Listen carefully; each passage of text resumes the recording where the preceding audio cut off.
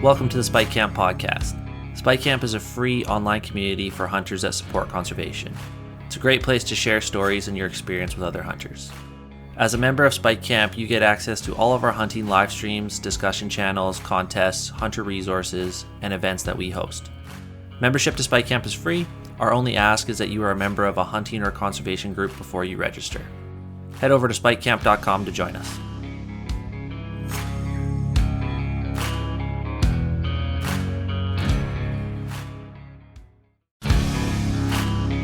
This episode of the Spike Camp podcast is brought to you in part by Precision Optics.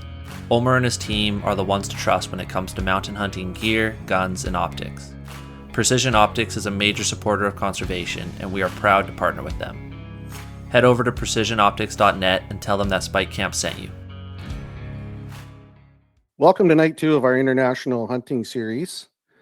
Our guest tonight is Mark Gushattey. He's a life member. This is going to take a minute. The Wild Sheep Foundation main chapter, Wild Sheep Foundation Alberta, Wild Sheep Society of BC, Wild Sheep Foundation Yukon, Grand Slam Club, congratulations by the way, Ovis, and SCI, and I'll bet you've probably forgotten a couple in there as well, Mark, but too many to count. So that just basically tells you this guy is a serious conservationist at heart and a diehard hunter. Mark has hunted. I asked him this question today, and I think he was counting fingers, and he got to 9, but he's hunted in 9 countries, and some of them he's hunted multiple times.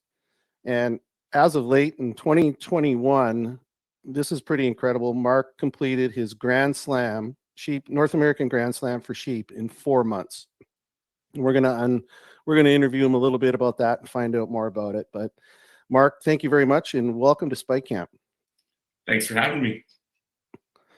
Awesome. No, it's been a long time. I listened to you on Kyle's podcast. I don't know, probably it has to be a year and a half, 2 years ago now, I think, maybe even longer.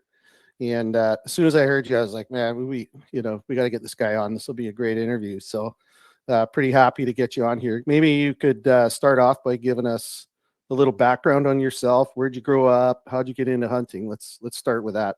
My name's Mark Gushattey. I grew up hunting here in Alberta. I'm from Edmonton, born and raised, still live here now. My grandparents had a farm about an hour and a half northeast of the city, and that's pretty much where I got kind of introduced to hunting and the outdoors and everything like that. None of my parents or family were really big hunters. It just ended up, I don't even know. I think of the first time I remember going anything kind of hunting related. I went with one of my cousins to the archery lanes when I was like 6 or 7, and I loved it. And I think I took all my buddies there when I was like 8 years old, and we were a whole bunch of little tykes running around out there flinging arrows. And then it's something that I really took to. I enjoyed, and it's kind of the passion that I have still to this day. And I love it. So you started off archery hunting. Are you still the bow hunter today? A little bit. It's just the problem is like work related. I don't have like the time really required to be an efficient, effective bow hunter.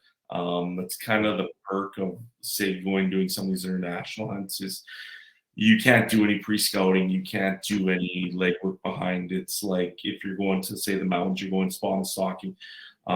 Whereas if you're hunting the bow zone here in Edmonton, you got to put in a lot of time in the summer, getting permission, finding locations where to hunt, setting up your stands, spawning all the animals, and just figuring out like just your typical hunting things you need to do to be effective. It's just I don't have that, so I've been doing more rifle hunting for the last little while. I'd like to get more into the archery again, but it's just the rifle hunting and doing more of the international hunts has kind of been what I've been doing lately, because it's just I can work more in our busy season, say September, October. I can work more during that time, and then I can leave and say go to Mexico. I can go desert sheep hunting to Mexico in December and January and February, and it's kind of more efficient use of my time. We're slow then, and might as well make money when I can, and then go and enjoy the trips and stuff like that when things are slower. Yeah, exactly. I mean, archery it's such a time commitment, right? And I just think if I was a bow hunter, I honestly, I have a hard enough time just getting out to the range, and I'm a passionate gun guy. I love to shoot. Yeah. And I struggle with that even. And, that just takes a fraction of the practice required that archery would. But that makes a lot of sense. So do you don't do a ton of hunting during like traditional Alberta seasons then, because you're pretty busy?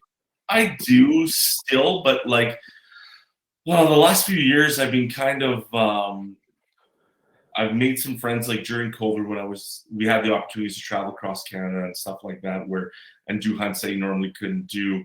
I've made friends all over the place, and like friends of mine bought a concession in the Yukon, so they're like, come up and hunt up here. So instead of hunting moose and elk and stuff like that in Alberta, well, I can go to the Yukon. So to the Yukon I go. Like things like that. It's where it's kind of like the Alberta stuff I do. I really enjoy hunts like on Camp Wainwright, like hunting whitetails in the rut. That's usually a little bit later in November and stuff like that. So it's easier for me to get away and time commitment wise and stuff like that. I just try and use my time more efficiently for when I can. Like if it's not a rut season around here, well, I might as well work, and I'll work 7 days a week, pile up the hours. And if I have a trip coming up and I need to leave, then it's like, okay, I'll have all my workload taken care of so I can leave for like 7 days, come back, it's working 80 hours a week again to catch up, and till the next trip or till the next thing that I'm going on. So it kind of, hunting season gets pretty tight, pretty busy, but it's all worth it.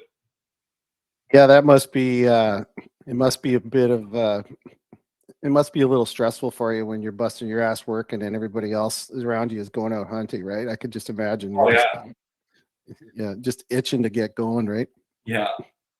Buddies are going bighorn sheep hunting here, and I'm going to work. It's just like, wow. But I know at the end of the day, I have something else lined up that I'm going to go and do, and the timing's a little bit better for me, and they came when the sun shines, basically. So I'm assuming your business doesn't shut down completely all year round. So do you have somebody that kind of minds the store for you when you're on traveling? Yeah, that's great. Yeah. Yeah, that's cool. Well, I'm sure we could talk North American stuff or Alberta hunting for a complete episode, but given the theme of this series being international hunting, I wanted to pick your brain and extract some of those stories and stuff on your international stuff. So when did you decide to do your first international hunt? How did you get there? The first kind of out of province hunt that I did, it kind of, they tie together. I think it was 2017. I'd always wanted to go and do a mountain hunt in BC for a caribou and a mountain goat and stuff like that. So it just so happened I was laying in bed on like a Sunday morning and my phone went bling and I got an email. And it was an email from a hunting organization in BC that I was on one of their cancellation lists. And they're like, this opportunity came up. We have a mountain goat, caribou, moose combo hunt. And the perk of this hunt is you get to hunt with Craig Boddington and his wife Donna while they're filming one of their TV shows. So lo and behold, it's like, well, you know what? I'm going to do this. So I emailed them back. I said, I'm interested. I'll take it. And Ron Fleming and Brendan Nelson was the outfitters. And they're like, sure, we'd love to have you. So I ended up going on this trip. The first 3 days of our hunt, we couldn't fly out because of weather. So we were stuck at the hotel in Smithers, and all we could do is go down the lounge and BS and talk all day. So I had one of the foremost international hunting guys, Dangerous Game. He's a legend. Yeah, that's crazy. So pick his brain, ask him questions from like noon till 2 a.m. We'd just be at the bar and BSing, having some beers and talking stories. And I learned a ton. I had such a great trip. After that, when we were on that trip, I asked Don and Craig, I'm like, what would you do if you were me for, say, your first international hunt? What would you go on? And they're like, I'd say go and do a muskox hunt in Greenland. So that winter. Wow, really? Off I went, me and two friends.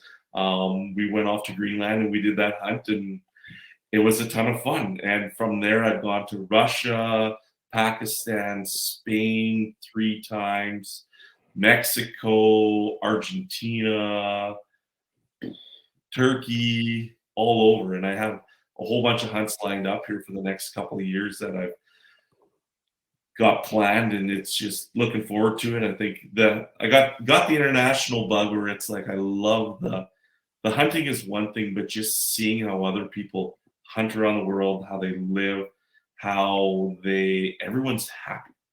You meet all these fantastic people all around the world. You travel these places you never ever think you'd ever go to, and you get to experience these things that you can't even explain to people back home. Like going to Turkey, and we were about an hour away from where we were hunting. Was like the oldest civilization that's ever been discovered, and it's just it's so unique. And we go for tea to a different person's house every second day, and they would roll out the red carpet for you like you were royalty. They would bring out the best things that they had. They would treat you like gold. You've never even met these people before in your life. You'd go there for tea, and they would just welcome you with open arms. And it was amazing to see and be part of, and understand how people live and how they act, how they treat others all around the world. It's really, really, really neat and refreshing. It's cool to see. Yeah, I can totally relate to that. So not hunting wise, but my career changed pretty dramatically in 2017, and I was promoted to running our international division of our company, and it involved, I did a count the other day. I have people in 15 countries, and I travel on any given year 15 to 20 different countries a year, and I'm staggered every time I do those trips somewhere new. The people, like you said, the common thread is people are proud of their culture and their countries, and they want to share that with you. And it's easy to let that slip by, but when you're on a hunting trip, you get that real close personal bond, right, with the folks that you're either living with or hunting with or being transported by. So yeah, I can totally relate. It's not just going out and killing stuff. It's an adventure, and it's like a complete cultural experience, right? Yeah, very true. So let's just pop back to the muskox trip for a second, because that one caught me off guard when you said the trip that Boddington recommended was muskox. I thought it would have been something exotic, like a stone sheep or ibex or something, or ibex or snow sheep or something weird like that. But that would have been an interesting trip. So what time of year were you on that one? We went there, I believe it was in February. So like you had your Arctic winter cold.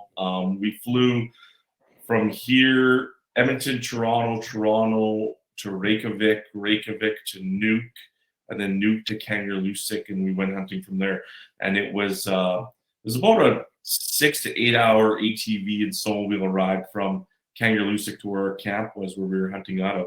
And then from there, we kind of tour around with the ATV, so we found the animals that we were looking for, and then we went hunting. But it was interesting, like traveling there and seeing the inland ice and how all these people are living up in Greenland, like so far up in the Arctic. That was the first time I'd ever been in the Arctic, and it was really, really neat to experience and see. And it was a lot of fun, and it grew that hunger to go see more places and do more trips and experience more things.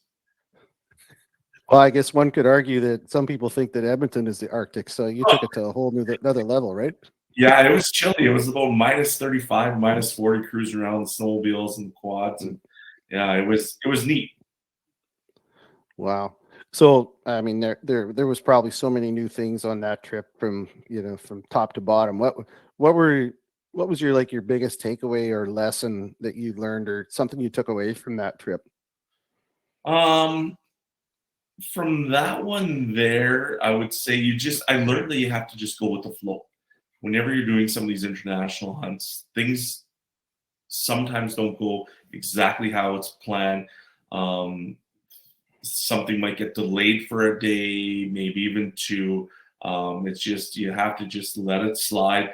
Don't get all upset. It just, things happen, and roll with it, and you'll end up being successful. Your outfitters, your guides, they know what they're doing. Trust them, and just don't get all worked up that you're not getting, say, like 5 full days of hunting or 7 full days of hunting. If you lose 1 or 2, it's not the end of the world. You're still gonna have a very good chance of achieving what you went there to go and accomplish, and just relax, basically enjoy it. Sure. So on that one, did you just shop around and did you have references on which outfitter you use, or how did you arrive at doing that? That one, I just shopped it around, and I found a guy. Like, it was more of a more, you had to be more involved in the hunt, but it was substantially cheaper. I think we only paid like 3,500 euros for our first muskox, and I think the second one was like 1,500 or 2,000. So it was really cheap. It was a really good bargain hunt, and it was fun. Like, I had a good time. It was kind of like the one that Boddington went on. They went on the boat and everything like that. They're like, "Oh, this one's great." It's just like, that one's 4 times the price.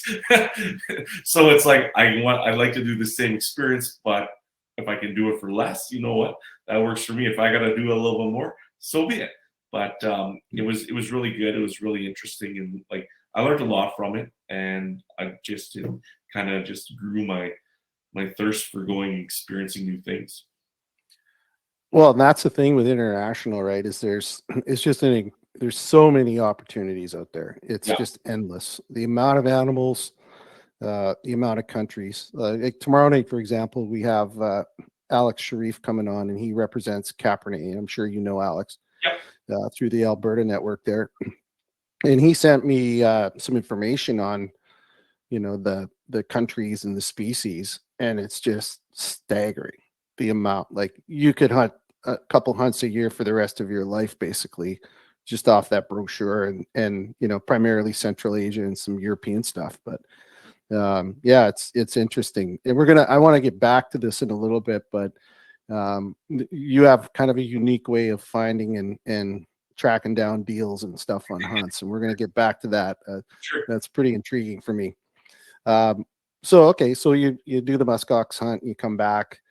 The hook was set, so to speak, I guess, on the international stuff.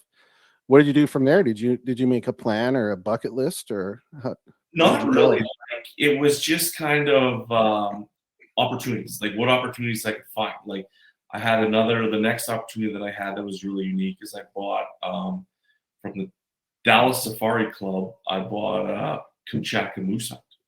So all of a sudden, it was one of their auctions. I bid on it, and lo and behold, I get an email notification that, "Oh, congratulations, you won this." So it's, okay, I guess I'm going to Russia. So that was the next one, and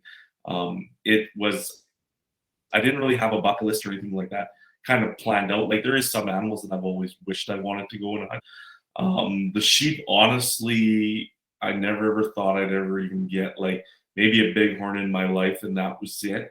And then when I found opportunities to go and hunt some, like, I got a desert, and then when COVID hit, it was opportunities to kind of hit that bucket list and just hunt more of them, and found some awesome outfitters that were giving some or needing some hunters to come for during COVID, and I just jumped on those opportunities.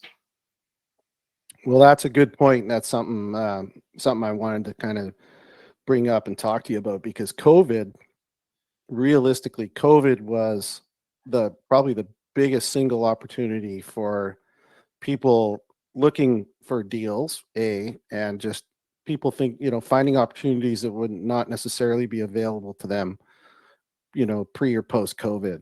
And the outfitters here, thank God most of them survived. I know a lot of them took a beating, but I took advantage of it too. I have a friend who's an outfitter in Northern Alberta, and I did a couple of moose hunts just for meat. And at the end of the day, the trip was probably cheaper than trying to do a flying moose hunt. on my own, do it yourself in BC, and I came home with a grain-fed moose twice. So it was really good, right? But Yeah. so let's chat a little bit about that strategy on the auctions.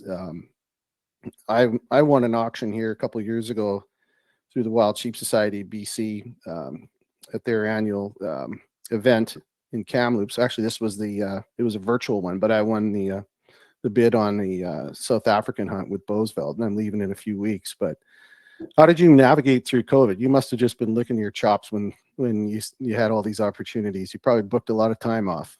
Well, it was cram as much as you could, because like during COVID was the busiest time I've ever been for work. It was a friend of mine who I met on one of the other that Alberta Outdoorsman forum. Me and him were chatting, and he's like, we should see if when COVID hit, if there's any opportunities to go and do any hunts. So he was reaching out to people, I was reaching out to people, and we had a couple temporary things in place. And then when the borders were all closed, we locked down going to the Yukon, and we went hunting with Dan Reynolds, Reynolds Outfitting in the Yukon. He got a hold of Dan, and we went hunting up there 2020, the first year of COVID. And then before I left, I said I had such a good time. I'm like, heaven forbid if COVID's still going on next year, I'd love to come back if you have that opportunity. He said, well, hopefully everything's back to normal, but if not, then we'll definitely consider it, and we'd love to have you back. So when 2021 rolled around and COVID was still going on, I went back again to the Yukon there and hunted with Dan, and it was Dan and Spencer Man, and it was fantastic. So that was a good opportunity. Then I did my stone sheep hunt with Ron and Brenda. The first year of COVID, I don't know if they took any hunters or not. There were some opportunities to go to BC and do stone sheep hunts, but I did focusing kind of more on doing the one in the Yukon, seeing how that went, and then playing it by ear for the future. And then after the first year of COVID and the second year was rolling around and everything was kind of still in the same situation, I was making more plans, reaching out to more people, and like, well, maybe we can line this up and try this. And when the borders were still closed, it worked out good for me. And off I went. So that kind of dovetails into the slam story then. So the doll sheep was the first one? I shot a doll in 2020, the first year of COVID up there. I did a Rocky hunt in Alberta with an outfitter here, and we seen a big ram on our first day, and we made the decision to hunt for that ram only, and we never found him again the next 10 days. We could have went and shot a smaller one or found a smaller one, but we seen a good one, so we went after him. And I was like, Kyle on here, me and him were chatting the whole time, and he's like, if you get your Rocky, you should try getting your stone same year and see if you can get them all. And when I didn't get that Rocky, it was like, okay, well, we'll see what happens. Maybe next year we'll try it, or even think about it. So then the next year when COVID hit, I had them all. Well, the first one I did on 2021 was stone sheep on the opener. I went to the Yukon first week of September. Then I did a bighorn in October here, and then beginning of December I was down in Mexico for a desert. So I did all four. Did 10-day hunts, every single one of them. I think. Well, my stone sheep I shot on day 4. My one in the Yukon I think was day number 7 or 8. My bighorn was like day 14, and then Mexico was like day number 7. So like they were all all a grind. Nothing was first day. Oh, there's one. Boom. All right. No.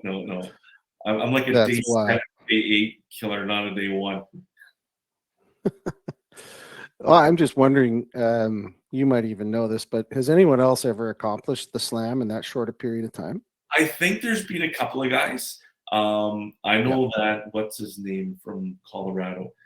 Jeff Damaski, he's got like 10 slams in 14 years or something like that. So Yeah. he's done more sheep hunting, I think, North American sheep hunting than anyone on the planet. For me, it was just honestly, like, I can tie that back to when I went on that hunt with Boddington, when we were in the lounge there in Smithers. There was a guy, I believe he was a chiropractor from somewhere in the States, and he was trying to do one in a single year. And he was going on back to back to back to back to back hunts. And that's the first time I ever heard of anyone even trying it. And I remember talking with Craig, and I thought to myself, this guy's nuts. Like, there's no way anyone could ever do that. And then lo and behold, about 5 years later, I did it.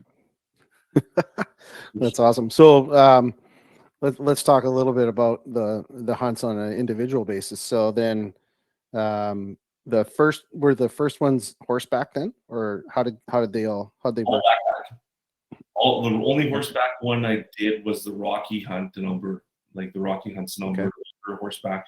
Rest of them are all backpack. So land in with a plane, Super Cub, and get kicked out the door, and all right, we'll see you in 10 days. Good luck.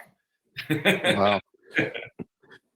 That's crazy. So had you done much backpack, like remote backpack hunting prior to that? Honestly, no, not very much. Like, it was I did the hunt after that one with Ron and Brenda the next year.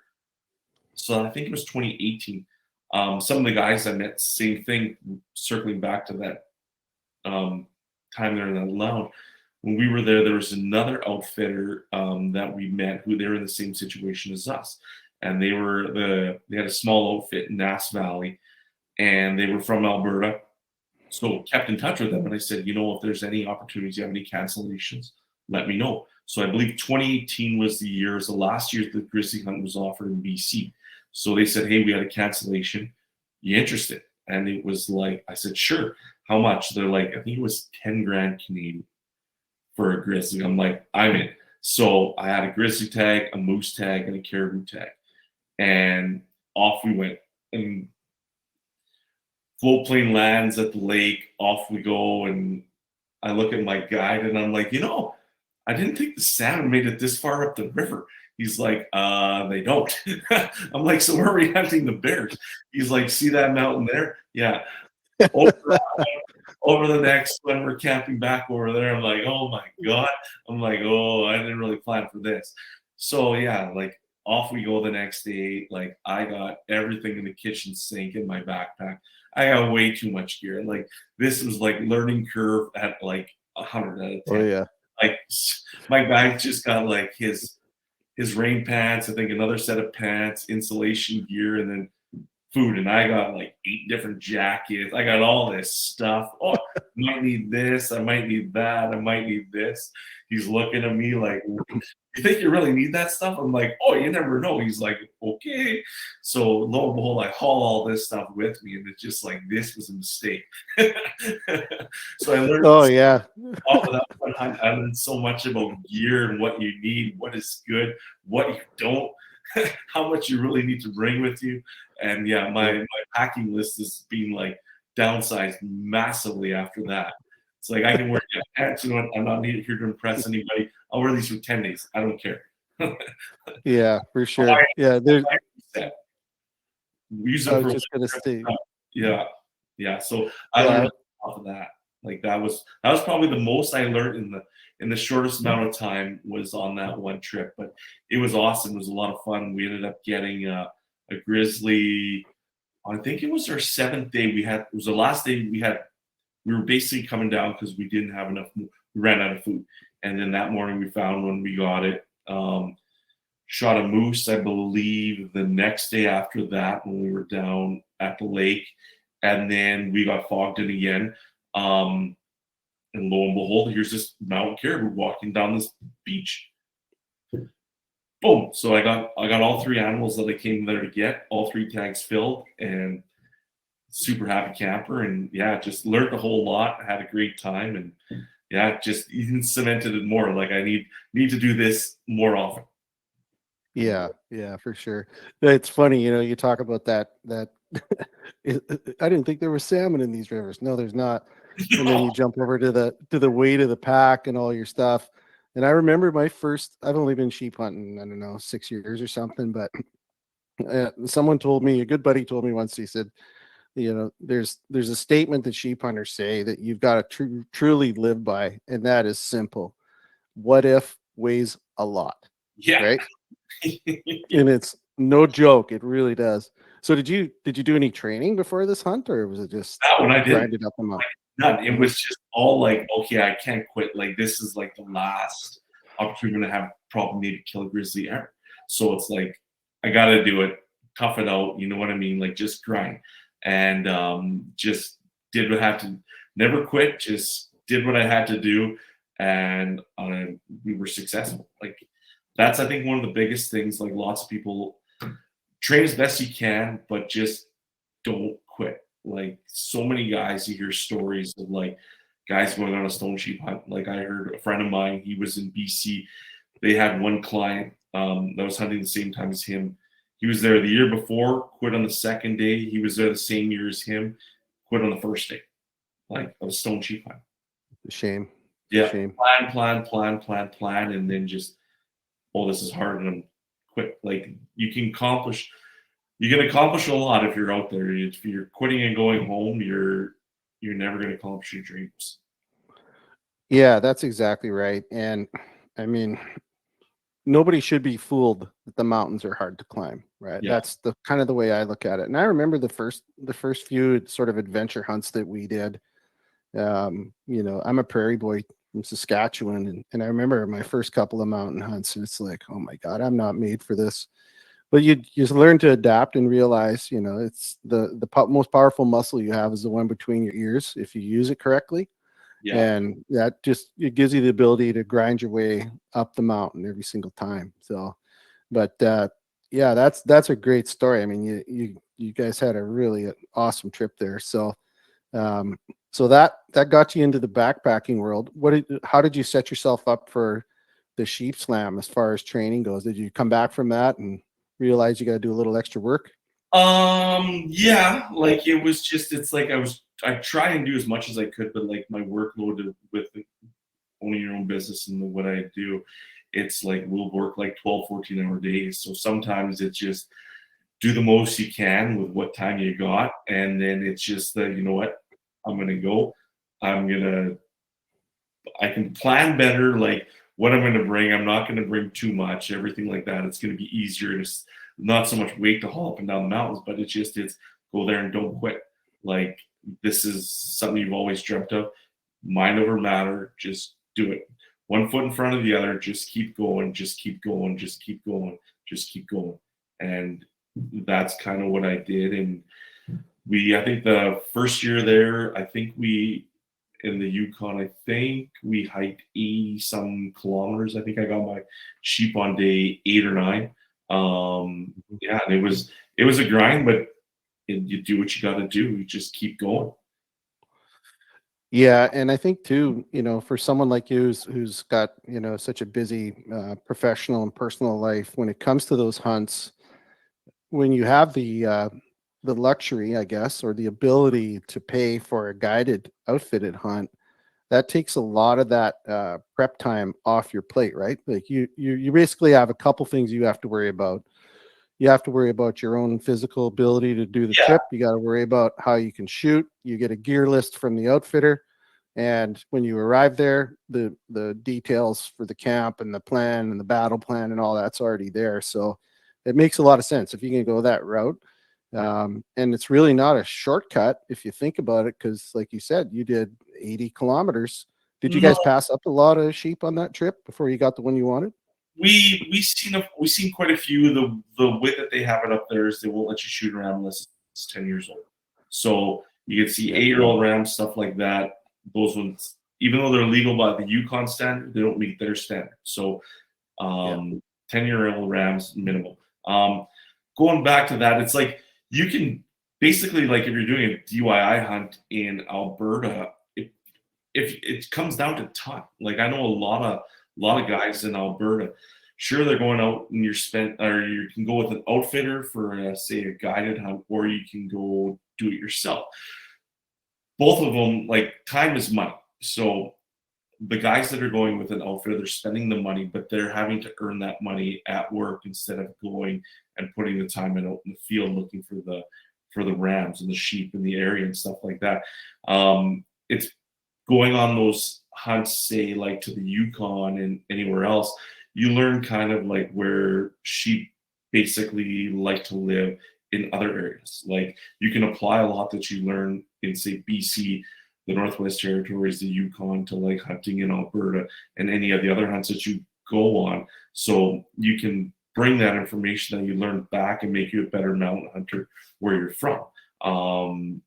So like learning a lot, it's learning, kind of expensive learning, but you're still learning. Otherwise you'd be doing that kind of making your mistakes on your own. And it's if you have the time and you're willing to invest those mistakes on your own to learn them, or you can learn them from someone that's experienced. That's kind of the two ways that I kind of look at it. Like you could go sit, cat them and wait for one to come off of the mine, shoot one, and like you're backpacking, you're never sleeping outside under the stars, and you could get a ram in Alberta. Like if you really want, there's guys that hunt the highway in southern Alberta where they can be home sleeping every night. So it's kind of different what parts of Alberta you go and stuff like that with the whole DIY thing as well. Yeah, exactly. And personally, I've been lucky just through my work and my career over the years. I was fortunate enough to be able to sort of be gifted some guided hunts over the years. And case in point on that, the first guided hunt that I was given as sort of a bonus through work was a guided horseback elk hunt in the Kootenays in BC. And on that hunt, I actually shot my bull. The very first bull elk I ever saw was called in on opening morning in 15 minutes. And it was a 300, for me, it was a beautiful bull, 300-inch 6-point, and I shot him at 60 yards. And it was just an amazing, amazing experience. Yeah. And from that point on, I spent the whole week with, we combined our guides, like my buddy was with me, and there was 3 of us on that hunt. And I think over the course of that week, we called in 36 bulls in 6 days. And I spent the whole entire time, either filming with my phone or just listening and soaking it all in. And I learned so much about elk hunting that week that from that point on, I never needed to use a guide again for elk hunting. And, it's kind of like somebody told me another kind of interesting comparison. It's like, hey, golf pros get lessons. Yeah. Right.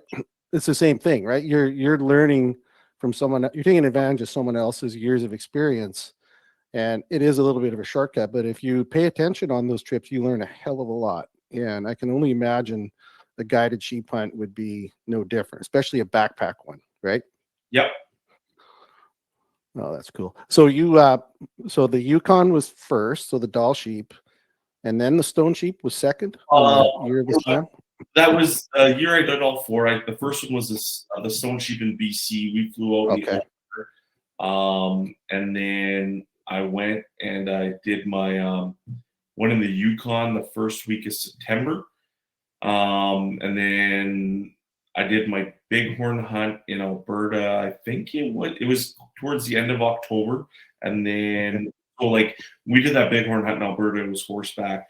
First couple of days were nice. Then it started to snow and it got cold. I think we had some overnight days. It was minus 30 something. So it's totally different than like hunting in super thin layers in BC and worrying about mosquitoes. It went real cold, real fast. And it's just interesting to see how like the animals will be in different spots and how they react differently and how they do different things in between the seasons, even in the same drainages in the same areas where they're going to congregate, what you're going to see. Like you could see ewes were bunched up. We've seen some groups with a couple hundred ewes in Alberta, which was neat to see. Mm-hmm. Yeah, you got to see basically the 4 seasons of sheep, right? Yeah. Interesting. Yeah. Wow, that's crazy. Your head must have been spinning after those 4 sheep hunts, just with sheep dreams, right? Everything you absorbed. I can only imagine. It was quite a unique feeling, like just to be going hunting in all those different areas, and just having that opportunity was really like, so super grateful to have that chance to even go and hunt sheep in the Yukon and in BC, in Alberta, and then even in Mexico. And just, it's, all of them are a little bit different hunts, but they're all fantastic. Like the desert sheep hunts are fun because like you'll see so many rams, you'll see so many sheep. It's not as physically demanding as any of the other ones, and you get the whole Mexican culture. And it's just, it's a lot of fun. Like, and the people you meet are fantastic, and you get to see, like, get to see some unique country, see tons of deer down there, javelinas. It's like, what the heck are those? Oh, we don't have those. Yep. Yeah, it's kind of neat. Well, this is probably an unfair question to ask, but was there a hunt that you cherished more than the others, or were they all kind of dumped in the same bucket? They're all good. Like every one of those hunts is fantastic, and they all have their own kind of uniqueness to them. And I can't say one's better than the other. Though I will have to admit the bighorn hunts in Alberta are the biggest grind mentally, because like you'll see we've seen so many rams that were mature, big rams, old, everything like that, but they're all broom short. So you'd see a ram that would be a 10-year-old, 11-year-old ram. You're like, oh, that one's a beauty. He turned profile at 100 yards and can't shoot. And wow. Oh, there's 8 rams that are legal, and you're looking at them, and a couple of them are well over 10 years old, and you gotta let them slide. And it's just like, oh man, now we gotta go find some more. So yeah, it's that's the worst part. Seeing him so close, you're like, okay, I got him. He's dead. Can't shoot that one. What? Yeah, no doubt. And I think, you know, if you look at the sheep hunting world, especially in US and Canada, I think if there is a weakness in the system, it's the way that we have this sort of fragmented approach to legalities on sheep, right? Like Alaska's got one way, BC's got another. Yeah. BC's got a couple different ways when you look at our bighorn rigs versus thin horn. And then you look at Alberta, and like case in point on what you're describing. What's it like in Mexico? Is there a regulation, or how does that all look? The way that I understand it is they have to be 150 inches or bigger. That's the way that I understand it. Which you should find, like, you should find rams that are bigger than that. Like if you're not, you need to look more, basically. Like or you're in the wrong spot. But yeah, those are smaller rams that, especially for like even a bighorn subspecies, 150-inch rams, it's small, and you'd want to pass that one up and come back later, even if you have to. Most of the outfitters, if you have those tags, they're good till the end of the year. So say you go in January, you don't get one, come back in March and try again. Like that's what I would do. Yeah, that's a great way to do it for sure. Well, congratulations on the slam, man. It's just an amazing story, and I don't know, I'm super jealous. But yeah, no doubt. Let's jump back a little bit to the your strategy on finding these hunts. I mean, you touched on it a little bit with the auctions and the cancellations and stuff. How does your approach look today when it comes to mapping out? Like, I know you've got some big hunts planned. Were you bidding on auctions, or paying full price, or wait lists, or what do you do now? It's basically, it all varies. Like what I try to tell people whenever they ask me, like, how do you figure out your hunts? It's like you figure out, basically the way I do it. It's like, what animals do you want to go and hunt? And then what's your expectations for size of the animal that you want to shoot? Like I went to Spain this year. Spain's kind of different because Spain, it's the bigger it is, the more money it costs. So like you could go hunt like a Grados ibex. You could shoot a representative one. It'll be say 7,500 euros. You want to shoot, everybody wants to shoot the biggest ones. I want to shoot a giant. Well, it's like that Grados ibex is going to be running you about, I think they can run 35,000, 45,000 now euros for a giant one. So it's like, if you think about it, it's like, well, that great O's ibex, sure, I could shoot that really big one, or I could shoot a nice one and go shoot the other 3 species and still have money left over. So Mhm. it's how bad do you want that really big one? If you're looking for a really big one, some of the countries to go to are like Kyrgyzstan, Tajikistan, depending on which outfitters in like Kazakhstan, they won't have a size restriction. If you want, you can shoot the biggest one that you see, which everyone's out there to kind of go and do. You can shoot the oldest, biggest ibex or sheep. So those countries there, it's like they're pretty much one that would be a better destination for you to go to rather than say like Spain and trying to shoot that biggest, baddest ibex that you can find. Next, what I tell people is, what kind of experience do you want? Do you want like 5-star in a lodge every night, or do you want to sleep in a cave on top of the mountain? Like, Mhm. what do you kind of want out of it? Because if you want the 5-star, then some of these Central Asian countries aren't up your alley. You want to go to some of these other ones, more like European, maybe like see if you can get on like Alpine Ibex or something like that kind of, or Yep. say Turkey, where you're staying in a hotel or a nice lodge or something like that. Same with Pakistan, but you start hitting like those Central Asian ones, it's just you're not getting that same comfort, but it's all up to what your kind of preference, what you're looking for. Then same thing, it's like, do you want to shoot a goat? Do you want to shoot a sheep? Goat's typically a better bargain if you're looking for a big sheep. Those cost you a lot more money. So when it comes, like, what's your budget? What you're looking for? What do you kind of expect? And then even like, what's your kind of level of comfort, like with language barriers and stuff like that?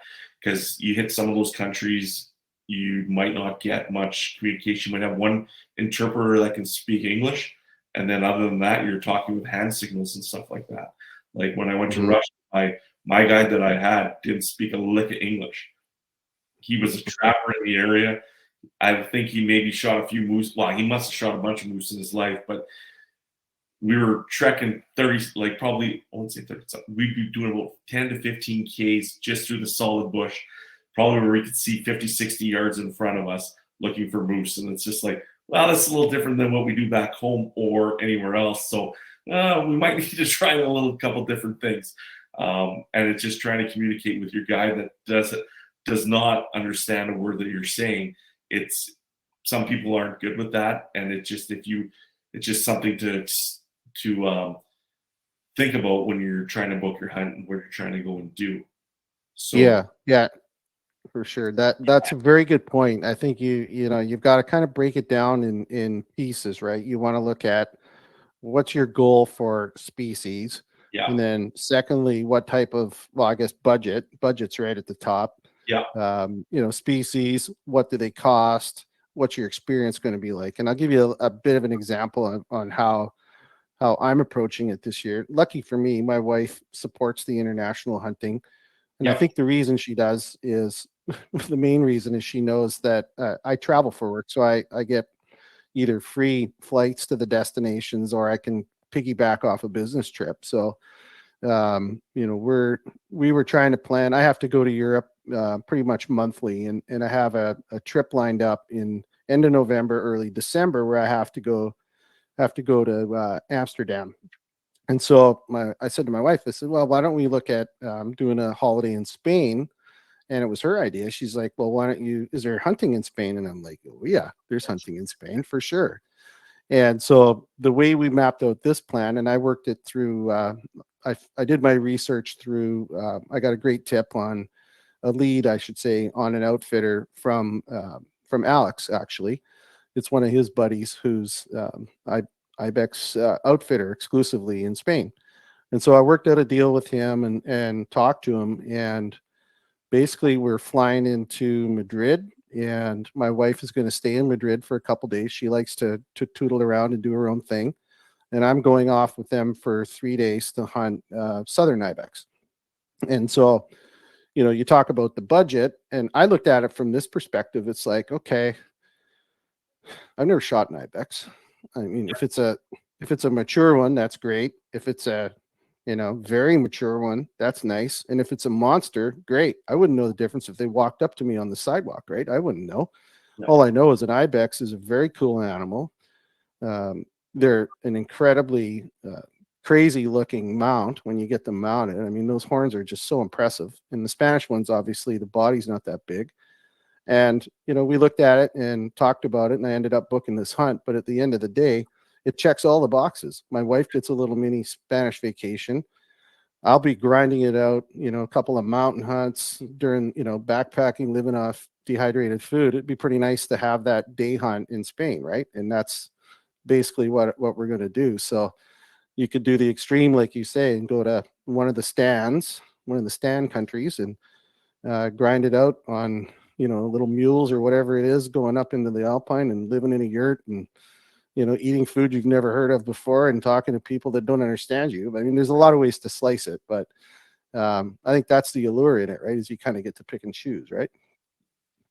Yeah, and like if you can pick and choose, and like hunts don't have to cross off all the boxes, and they all don't have to be extremely difficult. Like Cam Foss, I was talking to him about going to Spain, and like Spain is, they're not as difficult as say doing some of those other ones, but he's like they don't all have to be crazy hard to hunt, and it's very true. The Spanish hunts are awesome. They're lots of fun. You're eating fabulous food. You're traveling like where you're gonna hunt the southeastern ibex. You're within like 30 or 40 miles of the Mediterranean. The weather's beautiful. It's just beautiful countryside. People are fantastic, and it's just an awesome, cool experience. And it's like you can check off all those boxes on that hunt, and then if you want to do another one later, you can go say whatever you want. Like you could do, like say you want a more extreme one, do that. You can't expect you want to check off as many boxes as you can, but if they don't check every single one of them off, don't feel bad. Go and do another one after.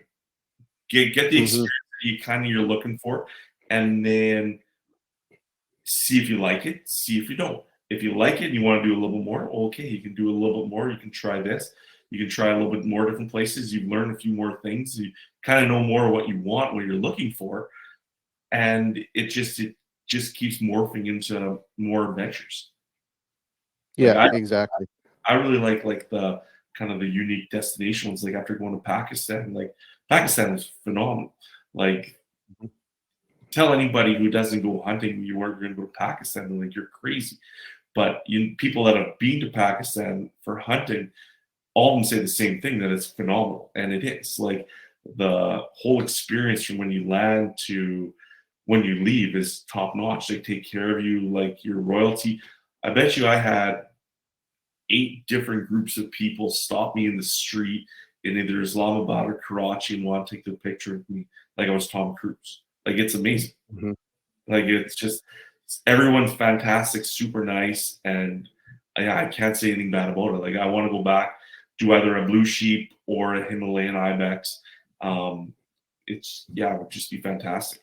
Like Daryl Hosker from BC there, he's talking to him the other day. He totally recommended, like, you want to extreme, like hard hunt. He said that blue sheep hunt in Nepal or Pakistan, he's like, that's the one. He said, you do that one. He said, that's like the top of the top. And Daryl's got 30 or 40 some different sheep and 40 different goat species hunted in the world. Like, yeah. Wow. When guys like that say things, it's like, okay, that's like Boddington. It's like, that's one that I got to look at because these guys, they've done it. And they know. Yeah, exactly. Yeah, when they speak, you listen. Yeah, because there's a lot of miles on those boots, right? Yeah. Yeah, that's awesome. Well, the guided hunts can be amazing as far as positivity goes, and there's so many great outfitters globally, but every once in a while you run into an outfit that's not so good and you end up with a really bad experience. Have you ever encountered anything like that where you were misled on a hunt, or something was too good to be true and turned out it wasn't? Well, I don't know so much about that. Like the one we went to Greenland, we had to be more involved. The outfitter, one guide was really good. The other guides, they just drove around the machines, which is fine. So we got to do more. We were more hands-on. It was like we were doing almost a DIY hunt with just one guide, and it worked out great because we could the one guy would kind of show us where we got to go, and like, hey, everyone stick around here, want to shoot the ones close. We're like, well, there's some big ones up on that mountain. What do you think? And one guy's like, yeah, let's go get them. So the other guys are like, well, we'll just wait here. You guys let us know if you shoot anything, and we'll watch you guys bring it down. But we went with the one guy. We snuck in on these ones. We stalked into them. It was probably minus 30 something. We were hiking up the mountain to go stalk these ibex, because in Greenland, when they see those skidoos and the ATVs, they book it up the mountains. And there's lots of mountains in Greenland, and they book it up there because typically they're safe. So we snuck in there. I think we stalked into about 60 yards of about 6 bulls, and they were butting heads, and we were watching about half an hour. It was so much fun. And then when we seen the biggest one, we're like, hey, yeah, that one there, boom, we got him, and it was actually really good. You can have sometimes with the bookings of hunts too, like if you're going with some brokers or kind of booking agents, sometimes they're out looking for themselves more than they're looking out for the hunters. Like they have a deal, like, I'm making money if I sell this hunt. It may not be the best hunt for you, but I'm going to tell you that it's the best hunt for you because I'm going to make some money off of this, and you're going to go there and go on a nature hike for 10 days in BC and try and get a stone sheep. But if you don't, oh, so sorry, but I'm getting cut out of this. So like I've tried to filter out that and like talk with any hunt that I'm looking at going and doing, trying to talk with guys that have been there, like references, References, yeah, or guys that have been there. Like after going on the hunt with Boddington, he said to call him whenever I want to do any questions. I have another friend from Edmonton here. He's done a ton of international hunts. He's trying to build like a Shockey style museum just north of Edmonton here. Like guys like Daryl Hosker, and then Cam Foss, Tom Foss, all those guys, they're all fantastic. And just building those relationships with these guys, like, and being able to talk to them. And even anybody, if you're ever interested in doing any of these hunts, like go to the Wild Sheep Society of BC events, see anybody that you know on Facebook that's done any of these wild hunts that you're interested in, buy a beer or find out what they're drinking, buy them a drink, and ask them any question that you have. They'll answer them as best they can, and they'll help you try and succeed as best as possible. They're going to steer you in the direction that they know will enable you to have the best chance of accomplishing your goals. And they'll let you know, like, when you're going, if you want to bring this. When you're traveling from this city to this city, you want to stop here, get whatever you want. You need, say, for snacks, food, stuff like that. If you're not comfortable with foreign cuisine, pick them up here. That's your best bet. That's your last stop, and then off you go to your camps.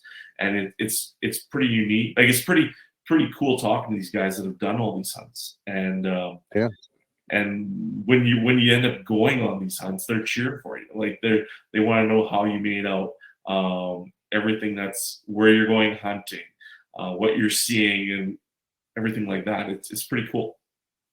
Yeah, absolutely. And I think, that just speaks volumes to, the many, many reasons we should be members in all these great organizations, all the Wild Sheep Foundation chapters and affiliates. And like we mentioned at the start of this, when we were doing your intro, all those organizations, you go to one of these conferences and you have friends, like you just build relationships with them, and that community widens. I'm going through the same thing with Africa. We chatted. We had Nolan Wanop on last night, and he did the exact hunt that I'm going on. And, I just text nonstop with him. He's just pumping me full of information. He wants play-by-play while I'm there. I mean, it's great. And, you mentioned some of the names of some of the guys. There's one there. I see him, Mr. Foss. Cam, I see you on there. I'm going to bug you. I sent him a PM here on Spike Camp about a week ago. We're going to try and get him on for our Sheep Camp 2.0. So I know you're listening. So respond, buddy. I'm going to get you on. I'm going to hassle you till you get on. But yeah, he is. He is a slayer. That's why we want him on there. He's done some really cool hunts too. Like, I know he's been to Azerbaijan bow hunting. He's been to Mongolia bow hunting. Yeah. All the cool places. And I met Cam. First time I met Cam and where I met Cam was from the Wild Sheep Society of BC there at the Jurassic Classic. Oh yeah. I bought a trip for that from the Wild Sheep Foundation auction in Reno one year, and sure enough, we get to meet Cam, and then a whole bunch of guys like Kyle and Trevor and all them. Great guys. They're like some people I'm proud to call very good friends. And then when I went to the Yukon, I got the opportunity to hunt with Tom. Both times I was up in the Yukon Wow. there. So it was pretty cool hunting with those guys and just seeing what they've done and all their accomplishments. Like Tom's got 5 slams with a bow, only person in That's history. incredible. It's mind blowing with a bow. Like, it's incredible. And like Cam killed another giant bighorn this year with his bow in Alberta. And like, yeah, it's pretty cool. Pretty neat seeing those guys, and you're cheering them on whenever they're going on any trips. And it's always awesome to see them come back and hear the stories and how everything went. And it's like, you know what? I want to go do that. It's just it's almost like it's not competing with each other, but it's like, you know what? That's a cool idea. I like that. I want to go do it too. And then feeding off each other to go do these experiences. Yeah, absolutely. And again, it just, it's the family, right? It's a little cliche, but when you do go to these conferences, like we did our first one this year with the Wild Sheep Society in Penticton, we put a booth up, and Blake will tell you, I could talk hunting all day, every day, and that's exactly what I did for 3 solid days straight. Like we hit the pillow, at night, and it's just like your head is spinning from all the conversations with all the like-minded people, right? It's crazy. Yeah. Actually, your buddy Nolan, who we had on last night, I'm supposed to ask you some questions about a certain fishing trip and experience you had, but I don't think it's fit for PG, so I think we'll leave it alone. But I did promise him that I would tease you a little bit on the live stream tonight. So, he's a fantastic guy. But like, we had a lot of fun last night.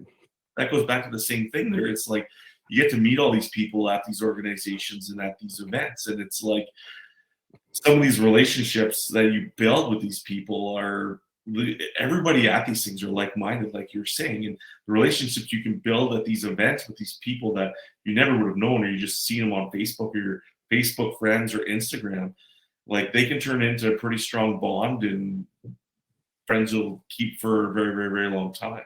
And it's actually really, really nice, really cool.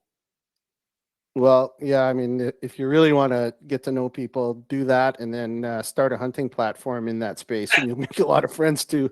It's been a blur for Blake and I. We've got so many rock solid relationships, and we just celebrated our 1 year anniversary April 1st for Spike Camp, and I've always said we don't have a massive membership, but it's quality over quantity, and we get so much out of it personally. Like, it's just so much fun just being in this space with these folks. But anyway, yeah, we're drifting off course as I predicted, but I want to nail down a few more questions for you. And you touched on it a little bit when you're talking to people that do these trips. And this is one of the sort of inspirations for these camps for us, is to get the small tips, because it's, the big stuff's pretty easy, right? Spend a lot of time glassing, hike until you can't hike anymore. I mean, everybody can tell you all those things when it comes to the different hunts, but it's the little tips, like when you're going on these trips. Like Nolan gave us some pretty good tips last night on, like insect protection in Africa and things like that. But and gear for, that's a big one for me, as you're booking these hunts and going on these big trips, Mark. Do you have sort of a generic list of gear that you take? And I guess the one thing I want to ask before we dig into that is, do you take your own rifle, or do you rent, or do you do both? It all depends where I'm going. Some countries are very easy to transport rifles, and some you want to bring them with you. When I go to Mexico, like I've been down to Mexico 4 times. I've shot 4 desert bighorns in Mexico now. I always bring my rifle with me there. The process to bring it is very, very easy. It takes you about 5 minutes. My outfitter that I deal with down there, they have everything ready. It's no hassle, no problem, no headache. So I'll bring that with me. When went to Spain. Both times when I've been to Spain, we just rented the rifle there from the guy. Typically, the Spanish ones, your hunts are you're not going to be shooting exceptionally far, and like you're seeing lots of game. So like when you're going for a management, say ibex hunt, like most of the ones that I shot, one I ended up shooting was way bigger than we thought. It ended up costing me a little bit extra money, but that's okay. But like you're typically shooting 200, 250 yards. Your outfitter has a good gun. Might as well use it. Then it's easier for you to go and do traveling and touring after. When I went to Pakistan, my rifle permit didn't come in time. So I used their rifle. It was a Vanguard 300 Win Mag 3-9 scope with mix and match ammo. So when we're setting in the rifle, I was looking for the bullets that I reload all my own, so I'm particular about ammo. Looking for all the ones that are the same. I'm like, hey, we got like 4 different brands here in one box. It's like, which one do I have the most of that look like good bullets? And it's like, okay, try that one. I got 6 of these. Shoot, it's close. Shoot again. Yep. It's like half an inch away. Good, done. They're like, do you want to shoot some more? I'm like, I'm like, I know. I only got 4 left. Yeah, in my head, this is good. So yeah, and away we went. We seen a giant ibex that first day, and it never slowed down enough for me to get a good shot at it. And I shot at him twice. I think it was about 250 as he never stopped, and bugger got away. I missed him twice. He went on this plateau. We bumped him again at like 40 yards. He ran by one of our Pakistani spotters or pushers and ran right by him, so I couldn't shoot. Bailed over a cliff.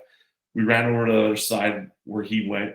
It was about a big drainage, about 2 miles in every direction. And we went, looked, he was gone. We figured he jumped down, knew where there was a big cave, went in the cave, hit, never came out.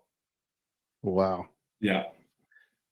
That's crazy. But yeah, so some hunts, like depending where you're traveling and what you're hunting and what your expected range you're going to have to shoot, depends on if I bring a rifle or not. I have a hunt. I'm going to Tajikistan in the end of November for a Marco Polo and an ibex. So that one there, I'll bring one of the best rifle that I got to shoot a long ways. So what are you shooting? What are you bringing on that one? That one I'm going to bring a 300 Norma. It's a Ryan Pierce 300 Norma improved. I just bought a Gunworks.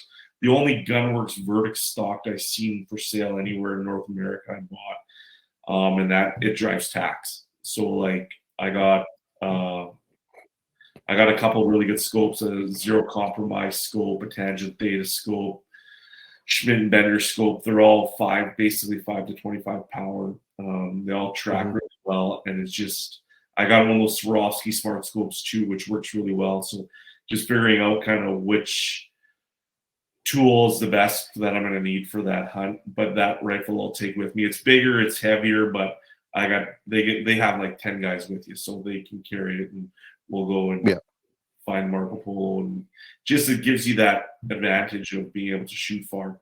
But even talking about going there, it's right now I'm looking at the ballistics difference between hunting, say, in Alberta here, 2,500 feet to hunting there at 16,000 feet. The big push for a high BC bullet, or like the big advantage of a high BC bullet, doesn't really apply when the air is that thin.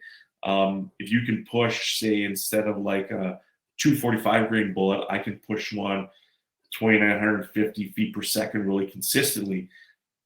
I have a much higher advantage out to 1,500 yards if I can shoot a Burger, say 215 at 3,200 feet per second. It's going to drop substantially less out to that 1,500 yards than shooting what you typically would think like a big, heavy, high BC bullet down in the lower elevations. So kind of just figuring that out, which one's going to be the best best one for me to bring, like kind of the researching on what'll hopefully give me the highest probability of succeeding in shooting the animal that I want. I've heard There's guys saying you go there, you'll see 1,000 sheep in a day. So if you see a big one and it's 800 yards away, it's like, okay, that thing's gonna die. Boom. So Yeah. Wow. it's just the confidence, and when you're making those longer shots and the practice that you put in pre-trip and everything like that makes a huge difference, and really helps the confidence level when it's go time. It's like, okay, this is the time to shoot this one here. That's the animal that I've dreamt of my entire life. Time to make it count. Mm-hmm. Yeah, absolutely. And that's when you don't want to be sorting through Barnes, Hornady, and old Winchester ammo to see if one's going to hit them, right? Yeah. Oh, Yeah. for sure. So, what do you, as far as your gear list goes, then I guess it's weather dependent, and you obviously use a layering system, probably one of the big brands. But what about optics? Then, do you bring binos and spotter on all your trips, or how do you do Usually, that? yeah. I have right now. I have the Zeiss range-finding binos. They work fantastic. I got it from Omer. I got the Swarovski BTX STX combo. I have those two eyepieces, and I have a 95 and a 65 millimeter objective. I bring one of those all the time. Like if I'm going to Mexico, BTX. If I'm going on a backpack hunt, I'll bring the smaller version with the straight eyepiece. And then in conjunction with that, I have one of the Gunworks Revic tripods, the backpacker one, and I have a bigger, really right stuff tripod that I bring pretty much on all my hunts as well. I put it all in my gun case, and it comes with me, and it's super handy. Like that really right stuff tripod, it's solid as a rock. You're going moose hunting, you can shoot standing up comfortably, further than just probably as good as you can off of the bench. So it just allows you to stretch your limits out a little bit further. If that animal's out kind of past your normal comfort zone, it just allows you to take a confident shot, like that typically with some of the other products it just doesn't allow you to do. I put Arca rails on the bottom of all my rifles, and with that really right stuff, I can lock it right in directly to the head on that tripod, and it's solid as a rock. Like you can hang on it, it's not going to move. Yeah, for sure. Pretty cool. Yeah, so basically you have kind of your core essentials that you take on a trip, being the optics and the tripod and stuff, and then you're not relying on the guide or outfitter to supply you with that stuff. And I'm assuming that you take that expensive stuff on carry-on, right? It's going with you. I take my and stuff like that with me. And like what I also do, depending where I go, is I'll bring a couple pair of binoculars as well for the guides. Sometimes like even going to Mexico, I have guides down there that I've had, and they won't have binoculars. They have unbelievable eyesight, and they can spot those sheep like you wouldn't believe. So I bring a couple pairs with me all the time in case somebody loses a pair, somebody's broken a pair. Everyone can have a pair of binoculars and be glassing. So you get them for a couple $100. Usually you can buy them on sale. I'm not buying $2,000 ones. I'll buy ones that are a couple $100 and better than nothing. And it helps having all those trained eyes looking. And then I've been down there a bunch of times. Those guys all know how to set up my spotting scope and my tripod. So they'll see a ram, and they're like, well, Borrego, and I'll set everything all up. And what do you think? It's like, oh, there's another one over here that's bigger. Oh, yeah. So it's good. It works. Yeah, that's a great tip when you think about it, right? I mean, some of these countries, essentially you're in, maybe not Mexico, but in some of them, it's basically third world environment. And these guys work for pennies, and they just don't afford it.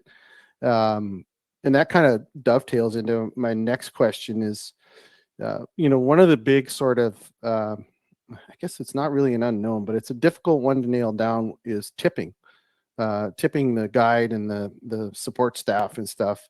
Do you have a formula that you use, or do you tend, like with the binos, I'm assuming you leave them there, you give them to the guy, right? No, I bring my binos with me. Usually I'll tip cash. For most of those hunts, those guys appreciate money more than the tools. Like if say I'm going to Mexico with my buddies that I go hunting down there with, I'll ask them ahead of time, what do you guys want for gear, and I'll order a whole bunch from Kuyu here and bring it down with me. So I'll have a duffel bag and I'll just divvy out gear. Any old stuff that I have that I'm not using anymore, I bring and I just give it to them. Great idea. Overseas, like say to Spain, most of the time, like I'll give, depending on the value of the hunt, 10 to 15%. Some of those ones, like I went to Pakistan. My guide for Cabernet, I gave him a tip. He was with me all the time, so I gave him more money. But all the spotters and all the ones that we had when we were actually hunting, and the prince whose area we were hunting in, he told me, he's like, I asked him, I'm like, Bilal, what do we give for a tip? He's like, give him $750, don't give him a penny more. And that went to, I had, I believe, around 30 some spotters out looking for ibex. Wow. And I gave the prince the money and he gives it to them. They don't want you giving any of the people basically out their money, because then they're going to have their hands out for everybody. And it kind of, it's different for their dynamic. Yeah, but most of the time, like for even like say a sheep hunt, most of them like $2,500 tip. That's what I give, and usually that goes just to the guide. I don't usually tip the outfitter because the outfitter is getting paid the wage. The way I look at it too, or sorry, they're getting paid for the hunt. But the way I look at it too is all those guides also, say the sheep guides or whatever guide you have, they're all getting paid from the outfitter as well for a daily rate. So anything that you give them is basically cash in their pocket. And if you're giving, say, $2,500 US for 10-day hunt, that's still a good chunk of change. Absolutely. Yeah. Especially if they do, depending on the situation, right? Like you said, the North American situation's a little different as opposed to Pakistan or Turkey or something like that. Yeah. So would you suggest somebody booking a hunt in their pre-hunt discussions, kind of map that out with the outfitter ahead of time? Ask them. They'll give you a really good idea. But like, I wouldn't bring, like some guys say, "Well, I'll tip 25%." Like that's you can't do that on all. That's outrageous. And like everyone, they're making money on it with the price of the hunt that you're buying in the first place. You shouldn't be really obligated to give somebody an additional thousands and thousands and thousands of dollars for any hunt. Like I've heard of guys that have done like multiple slams that don't tip at all. Like there's one guy that hasn't tipped any of his guides, promises them they'll give him a deal on a car, and when people call him, he doesn't remember the name. But that's a car salesman. Yeah, right. Sure. Like there's guys. No offense to car salesmen, but yeah. Sure. But there's guys that figure that if they have to tip, then they can't go on more hunts. I tip based on the appreciation that I have for the guide, what they've done to prepare for the hunt, during the hunt, how they made the experience, etc. That's how I basically tip. Yeah, like I don't good stuff. 15%. Like that starts getting out of hand. Yeah, for sure. Hey Blake, how are we doing on time? Good. Yeah, we're about hour 25 right now. Perfect. Actually, we got a quick question from Clay I see in the chat. Mark, what's your experience with altitude sickness on some of these higher hunts? Have you had any of that? No, I haven't really had to worry about it. The first one that I'm gonna have to worry about it will be going into G-Stand in November this year, where it's like 16,000 feet. And like I've talked with Daryl Hosker there, and he's really recommended getting one of the it's like an altitude training system. So like there's some that you can buy where you can use it for where you're working out, and then there's different parts of it where you can have where it'll go over your bed, and you're sleeping at higher altitude to acclimatize to it. I've heard from a couple other people that they work fantastic, and it's something that I'm going to be getting right away. It's another thing where it improves your performance level when you're in the field on your hunts. So yeah, it's definitely something that I'm going to get. Yeah, for sure. Yeah, better to be prepared with that, because that could be right out of your control. I've seen some if you watch some of the YouTube videos of guys that go in there unprepared, I mean, you get so sick, and Yeah. you know, there's it's just, it could be a nightmare. It could be the most expensive sickness you'll ever have. Yeah. Right. Okay, well, we're gonna hit a couple of quick questions, and then we're gonna jump onto a couple of stories, because that's what everybody digs into. So, last one, I think you're one of the last ones. How do you handle the trophies and the taxidermy work? Are you going local, or you ship everything back to your hometown taxidermist? Most of the time, I get them shipped back here. Like I know for Africa, there's deals that you can get the taxidermy work done over there. The only issue that you have is the shipping price usually is increased to get them back home.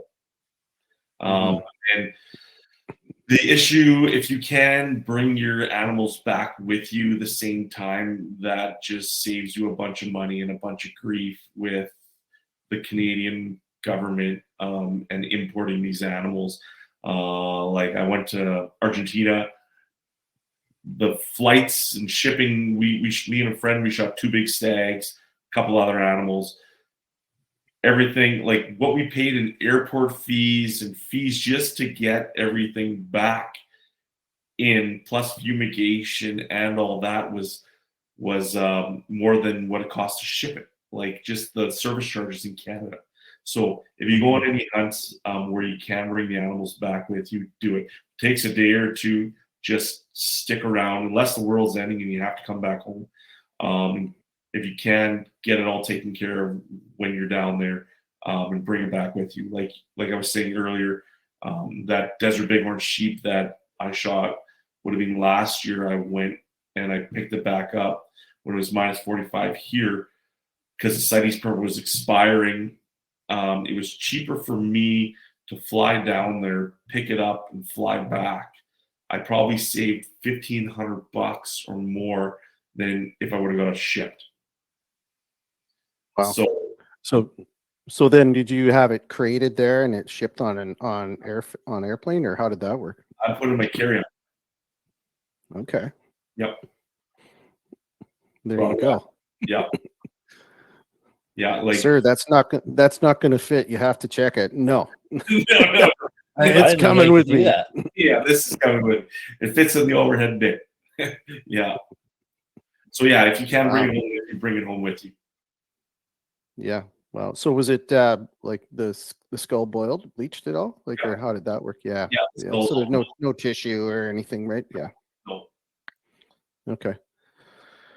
Okay. Well, let's. I want to get into a couple of stories. So, if you had to pick one really good story on one of your favorite international hunts, now's your chance. So, you got a few minutes. Tell us one of your wildest experiences.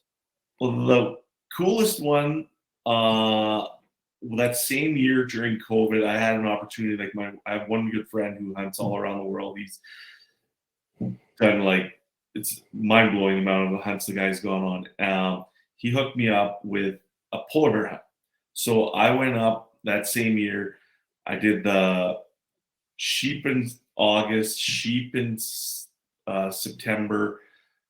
I was going for my bighorn hunt the end of October. Before that, I went on a polar bear hunt to Nunavut. So went on this polar bear hunt. Off we go. The ocean's starting to get rough. It's cold, everything like that. But we're doing it from a boat. We see a couple polar bears. We had one we seen. It was probably 8.5 footer. We're like 75 yards away from it in the boat, and I'm like, they were shooting that one. They're like, we can do better. I'm like, okay. About an hour and a half later, we come around a corner and we just see this giant. And it's just like a no doubt, no brainer. And try putting a stock on this. We had to get the boat on a beach about a mile away. Tried putting a stock on it. It was foggy. We couldn't find it. Went back to the boat. It was start getting dark. So we camped on the boat in a cave. Or in a cove, I should say. You don't really camp on shore there if you don't have to, because the bears are there and the bears will find you. Yeah, for sure. So the next morning we start going. My one buddy, one of the guides, he's like, "Oh, that's a bear there." He said, "100%." He's yellowish. It's not the snow. He said, that's the bear. So we found a good spot to beach the boat. He was about a mile away. Wind's perfect. We start stalking in on this thing. We get to like 100 yards away. And he's like, I think we can get closer. So we get to like 60 yards away from this thing. And it's sleeping. We poke our heads around a rock and he's just out like a light. I get all set up with my tripod and everything like that, ready to rock. He's like, I'm going to go over there about 20 yards. I'm going to make a lot of noise. Bear stands up. You kill him. I'm like, sure. He goes over about 20 yards to midway, starts making a racket. Nothing. Hey, bear, hey, bear, hey, bear. Nothing. Starts throwing rocks at the bear. Hits the bear with a rock. Bear lifts his head up, looks at him, looks at me, goes back to bed. So he's unbelievable. He had absolutely no fear of us. So I can see the bear's one of his eyes, and you can see him close his eyes, throws rocks at it again, hits the bear again. You see the bear shake, opens his eye, looks around again, see him sigh, and goes back to sleep. Like we're 40 yards away from the thing. Eventually, like 5 minutes later, we get this bear to roll over, and he's looking at us on all fours. And he's like, okay, are you ready? Because this thing's either going to come chasing at us or something. He's not real happy anymore. He's like, can you shoot him? I'm like, yeah. So I just put the crosshairs right in his chest, drilled him square right in the middle of the chest. He got up, wheeled, ran about 60 yards and tumbled. And that one, I forget how big the skull was, but it was like 10-2. And that, I got it life-sized in my living room, and that bear is big. It's my taxidermist here. He's like, I had to get the biggest form, and then we had to make it like 50% bigger because this thing, like, he was just a tank. He was the boss. He didn't care, and it's just like, it was just crazy seeing a bear, like an animal that had absolutely no fear in you. It looks at you like, what are you doing? You're annoying me. Go away before I come and get you. Yeah, that was pretty cool. I'll never forget that one. Yeah, what was the heart rate like? Did you have a Garmin watch on? Yeah. It was up there, especially when it's like, hope this 338 stops this thing. Yeah, no shitting. Do they have, I'm assuming there's a backup there as well? They have backup rifle? I had a 458. But it's pretty interesting up there. Like, there's so many bears. Like, you go to take a leak when you're going on any of those hunts up there, they're like, bring your gun, because you can come around a corner and there'll be a bear there. And like, I went up the next year after that. We went walrus hunting up there, me and a friend, Matt Murphy from Texas. And we almost had to shoot a polar bear because it tried to get one of the Inuit kids that came with us. The two of us, we had, I think, the two guys, Ross and Luke, and then we had 6 kids from the town come out that didn't really get to experience this stuff. So it was a pretty cool opportunity for them to come along on these hunts. They got to do it, learn everything about it. Like, they were about, say 13 to about 16-ish. And they got to, they came along. So it was great. But one of them was going to the bathroom and the polar bear was gone. It came, snuck up to about 10 yards away, and they shot about 3 times in the rocks and sand, and it wasn't really going away. And even when we shot our walruses and we were skinning them, the one polar bear, it was watching us from about 100 yards away. And we had our guns on it and just paying attention to where it was. And whenever it disappeared, it was like, okay, well, where'd the bear go? A friend of mine I hooked him up. He went up there hunting with them last year, and they had the same situation with a different bear where he shot his walrus and the polar bear was trying to take it. Wow. Yeah. Those walruses aren't small, and this bear, he wouldn't go away. It's pretty cool, like seeing those bears in that habitat, just animals that they know what people are and they just don't have any fear. Mm-hmm. Yeah. I can only imagine a bear that size, and you've got no cover. You just got your weapon, and that's it. Yeah. You're just rocks. Like, and it was interesting too, because like that bear, when I shot it, it would have been like the longest time since winter that possible for that bear. And I bet he had that much fat on him everywhere. He was one of the fattest I've ever shot. And that was like after he went through the entire summer. There must have been a whale somewhere where that guy was eating it for weeks. But like he was super healthy, super big bear. Yeah. Yeah, that was pretty cool. I bet.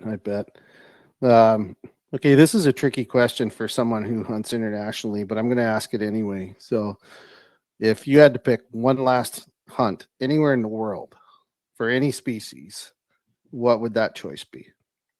High Altai Argali for sure in Mongolia. One of those ones. Like I'm doing the Marco Polo one this year. I got that one from Grand Slam Club Ovis. That one was super high on my list, and that one or a High Altai would be like those are the top of the top. Like incredible animals, right? When you see that, like I cannot imagine wrapping my hands. I haven't killed a ram yet. I'm still in the less than one club, but just I can only imagine grabbing onto something like that. It'd just be incredible. Oh, he had one of big, super big hunter from here, Dennis Dale. He's a big contributor to the Welsh Sheep Foundation. He had his High Altai Argali. He was doing the mount for him, and he's like, just pick them up. And they weigh like 80 pounds, just like a set of. It's like, oh my God, like just mind blowing. It's just disgustingly huge. It's like one day, please, one day. Stars align, win the lottery. That's what I'm doing. Yeah. That would be yeah, I'd have to say I think that's where I'm at too. Same place. I got a lot of sheep to kill before I get there, but okay, so I don't know how long this next question is going to take to answer, but we're going to give it a shot. So what have you got lined up for hunts going forward? What's booked? After I did, like, I've been lucky, fortunate to do a whole bunch of the North American ones, so I'm close enough to my Super Slam that I'm going to try and get that done. I have a Shiras hunt in BC lined up. I have a caribou hunt in Newfoundland. I have a hunt in Nunavut with my buddies for a Central Barren Ground caribou. My buddy in the Yukon, I'm going to do my Barren Ground caribou with. I have a blacktail hunt I bought in Alaska I'm doing. I have a Thule lined up in California. And then the only other one is I have to kind of line up finish my brown bear hunt with my outfitter, the guy I went with in Alaska.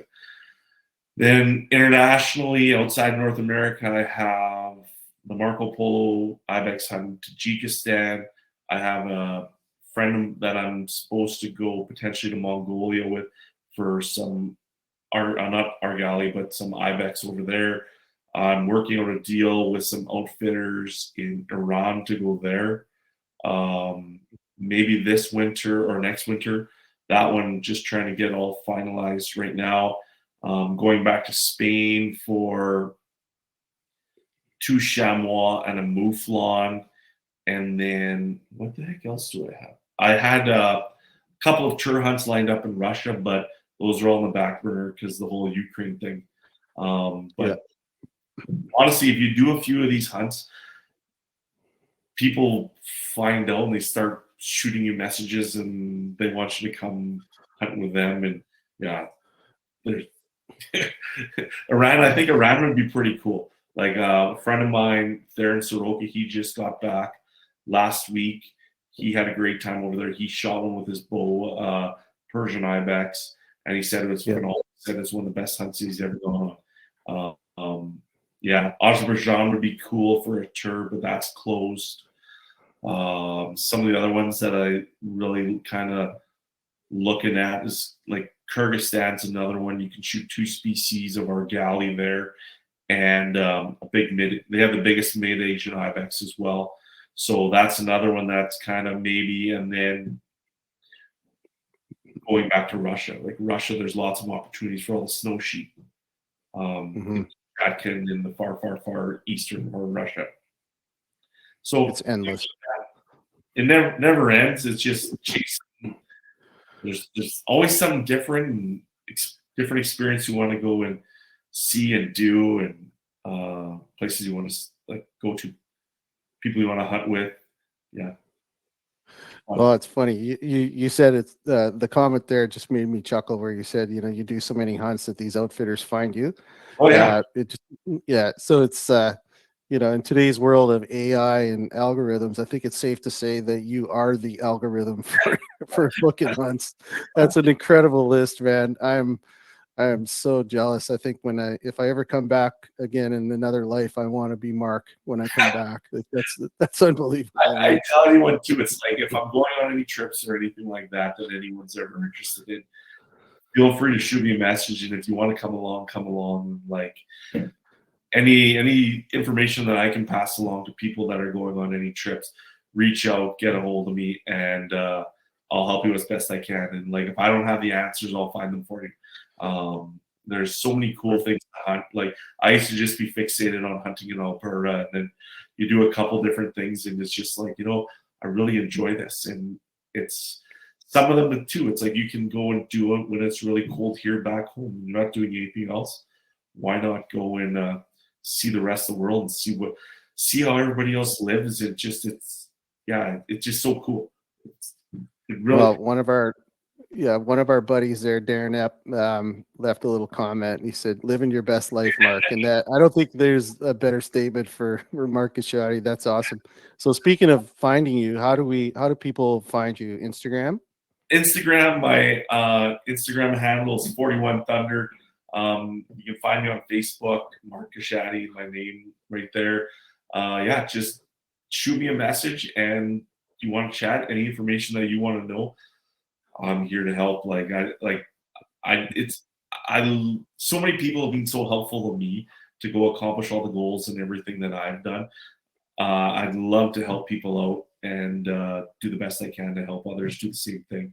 I always watch that two videos that I always watch on YouTube. Is the one where they do the Marco Polo hunt with the Eastman guys. That one there, I watched that video. I'm like, I have to do this. And the other one that really does it for me is that Kuyu video, that last one with Jason Harrison, that don't wait one. The message that he has at the beginning and at the end, I can just watch that every day. It's so accurate, and just handing down the information as much as you can so that people can experience things as best that they possibly can. Then they're not always, they're never going to regret anything that they've done. And it's all those two videos I watched probably hundreds of times, and I can't get enough of them, and just helping people out. Absolutely. Very, very, very inspirational. Blake, did you have any questions that you wanted to ask Mark before we sign off here? Anything jump to mind? I was just listening in most of this one, but I am curious. I always like to see what's behind you on the wall there. Can you show us a little bit of a preview? I don't know what kind of computer you got. Oh, you got a couple deer. Oh, wow. Oh, yeah. A couple of spikers. Nice.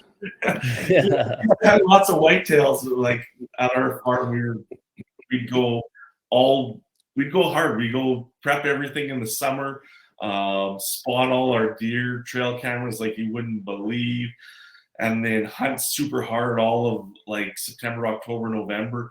It's just now it's kind of like it's morphed into like, well, if I work, I can go and do this further away. The other stuff that I've dreamt of. Yeah, for sure. Yeah. All right, I got one last question for you, and this is in the spirit of why we're all here. You are a member of a ton of incredible organizations, all wildlife conservation-based groups. If you're going to put it in a couple of sentences, what does wildlife conservation mean to Mark Gushattey? It means handing down more. It's giving back more than what you take. Say any of the hunting trips that I've gone, harvesting animals, if I'm able to give back more than what I take, then that's mission accomplished for me. Well said. Well said. We should all take that attitude with us every day and apply it. That's awesome. All right, my friend. Where are we at, Blake? 90 minutes, right? Well, actually, hour 44. This is a good one. Look at that. I can talk Right about on. this all day long too. Well, that's what I was texting Mark this afternoon. We were back and forth. He's like, "This is going to be fun." And I said, "Hey, man, any chance I get to just sit around and bullshit about hunting is going to be fun." And he's like, 100%. So, anyway, sir, you've been very gracious with your time. I appreciate it. This has been an unbelievably fun episode. We are going to get you back on. We just got to try to find a way to find some time for you. I guess we probably won't see anything for you in the next like 18 months with all those hunts you got booked. You know what? I'd always love to like touch base after the seasons and stuff like that, even like when it's slower, like for the shows, and talk about any of the hunts that I've gone on and how they went, how they turned out, and what I would do differently. Yeah, I'm game. Whenever you guys want, I'm here. All right. Awesome. Well, on behalf of the you're very welcome, and thank you on behalf of the Spike Camp platform and all the members of the multitude of conservation groups that you support. We want to thank you for this, and we will be sharing this one for everybody out there. And that was a great episode. Thanks again, Mark. Thanks.